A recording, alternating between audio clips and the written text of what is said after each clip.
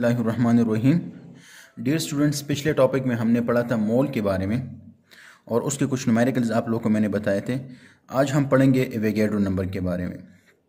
Avogadro एक scientist था और उसने एक नंबर रिप्रेजेंट किया, that is 6.023 multiply 10⁻23 and this number is known as Avogadro number. Now what is the concept of Avogadro number? Avogadro number का concept क्या है और एवोगैड्रो नंबर हम किस लिए यूज़ करते हैं, इस टॉपिक में आप लोगों को मैं ये एक्सप्लेन करूँगा। अब देखिए, हमने पिछले टॉपिक में ये पढ़ा था कि जब भी हम एटॉमिक मास या मॉलिक्यूलर मास को जब हम ग्राम में रिप्रेजेंट करेंगे तो इसको हम ग्राम एटॉमिक मास या इसको हम कहते हैं मोल, इसको हम कहते हैं। ये पिछले टॉपिक में आप लोगों को मैंने ये चीज़ एक्सप्लेन किया था। अब एवोगैड्रो नंबर का डिफिनीशन क्या है कि 1 मोल ऑफ ईच सब्सटेंस, किसी भी सब्सटेंस का जब आप लोग 1 मोल लोगे, कंटेन 6.023 मल्टीप्लाई बाय 10⁻23 पार्टिकल्स। जब भी आप लोग किसी भी सब्सटेंस का 1 मोल लोगे तो उसमें आप लोगों को इतने पार्टिकल्स मिलेंगे and this is known as Avogadro number, इसको हम कहते हैं। अब ये जो नंबर है 6.023 multiply 10⁻23, this is Avogadro number और ये एक्सपेरिमेंटली कैलकुलेट हुआ है कि जिस सब्सटेंस का भी आप लोग 1 मोल लोगे तो उसमें इतने पार्टिकल्स होंगे और इस नंबर को हम कहते हैं एवोगैड्रो नंबर, इसको हम कहते हैं।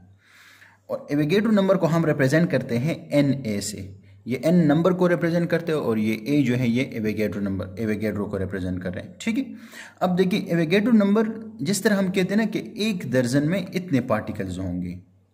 किसी भी सब्सटेंस का आप लोग 1 दर्जन लोगे, अंडे ले लेते हैं आप लोग, बनाना ले लेते हैं, किसी भी चीज़ का, तो उसमें इतने ही पार्टिकल्स होंगे। देखिए याद रखिए, दर्जन जो होता है जिसे हम कहते हैं, तो इस दर्जन में मास पर कोई चीज़ डिपेंड नहीं करता बल्कि ये एक नंबर को रिप्रेजेंट करता है। इसी तरह एवोगैड्रो, अगर आप लोग किसी भी सब्सटेंस का 1 मोल लोगे, याद रखिए 1 मोल किसी भी सब्सटेंस का हम लेंगे तो उसमें इतने पार्टिकल मौजूद होंगे, ठीक है। और 1 मोल, देखिए let's suppose 1 mole of sodium, 1 mole of sodium is equal to 23 gram. अगर आप लोग सोडियम के 23 ग्राम लेंगे तो इसमें इतने पार्टिकल्स या इतने एटम्स इसमें मौजूद होंगे। सिमिलरली अगर आप लोग 1 मोल ऑफ H2O लोगे, H2O एक कंपाउंड है, तो अगर वाटर का अगर आप लोग 18 ग्राम लोगे तो ये 1 मोल के बराबर होगा। अब ये जो 18 ग्राम अगर आप लोग इस चीज़ का लोगे वाटर का, तो इसमें इतने मॉलिक्यूल्स मौजूद होंगे, ठीक है। तो इसको हम कहते हैं एवोगैड्रो नंबर, इसको हम कहते हैं, ठीक है। अब एवोगैड्रो नंबर को आप लोग कैलकुलेट किस तरह करोगे, इसके न्यूमेरिकल्स हैं कुछ, वो न्यूमेरिकल्स आप लोग को मैं समझा रहा हूँ कि आप लोग इसको किस तरीके से कैलकुलेट करोगे। तो देखिए, एक न्यूमेरिकल है कि how many atoms are there in 2 moles of sodium. अगर आपके पास सोडियम के 2 मोल्स हैं तो इसमें कितने एटम्स मौजूद होंगे। तो देखिए, डेटा हमारे पास क्या गिवन है, नंबर ऑफ मोल्स कितने हैं, 2 मोल्स। कंपाउंड क्या है, दिस इज कंपाउंड या सब्सटेंस, आप लोग जो कुछ भी लिख ले, कंपाउंड और सब्सटेंस आप लोग दोनों लिख सकते हो यहाँ पर। तो substance is sodium Na। To find क्या करना है, हमने एटम्स को फाइंड करने की, कितने एटम्स मौजूद होंगे 2 मोल में। तो आप लोग को मैं बिल्कुल एक सिंपल मेथड बता रहा हूँ। This is the simplest way to calculate the number of moles and this is the easiest way to calculate the number of moles, that is known as ratio method, इसको हम कहते हैं, ठीक है। अब इस मेथड में क्या है, देखिए मोल रेशो एटम, ये फार्मूला आप लोगों ने यूज़ करना है एवोगैड्रो नंबर को हमेशा कैलकुलेट करने के लिए। किस तरह, देखिए वी नो दैट, ये हमें पता है कि जब भी आप लोग किसी भी सब्सटेंस का 1 मोल लोगे तो उसमें इतने पार्टिकल्स मौजूद होंगे। किसी भी सब्सटेंस का आप लोग 1 मोल लोगे तो उसमें इतने मौजूद होंगे। तो अगर आपके पास 2 मोल मौजूद है, यहाँ पर देखिए आपको दिया गया है 2 मोल, तो अगर 2 मोल है तो कितने एटम्स हमारे पास मौजूद होंगे, तो क्रॉस मल्टीप्लाई कर देंगे तो 1x 2 इसके साथ मल्टीप्लाई कर देंगे, तो जब 2 इसके साथ मल्टीप्लाई कर देंगे तो ये आंसर आ जाएगा। तो आपके पास रिजल्टेंट वैल्यू क्या आ जाएगी कि 2 मोल ऑफ किसी भी सब्सटेंस का या 2 मोल ऑफ सोडियम कंटेन, उसमें इतने एटम्स होंगे। अगर आप लोग सोडियम के 2 मोल्स लोगे तो उसमें इतने एटम्स मौजूद होंगे। ठीक है, अब देखिए एक और क्वेश्चन है न्यूमेरिकल, और वो क्या है कि how many molecules are there.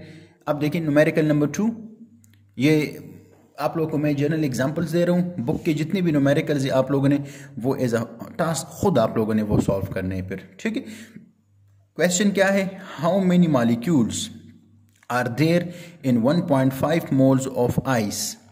अब देखिए अक्सर लड़के जो कंफ्यूज होते हैं, सबसे पहले वो आइस, देखिए आइस का मतलब क्या है, this is water, H2O, simple बात है। अब देखिए हाउ मेनी मॉलिक्यूल्स, हमने क्या कैलकुलेट करने, मॉलिक्यूल्स।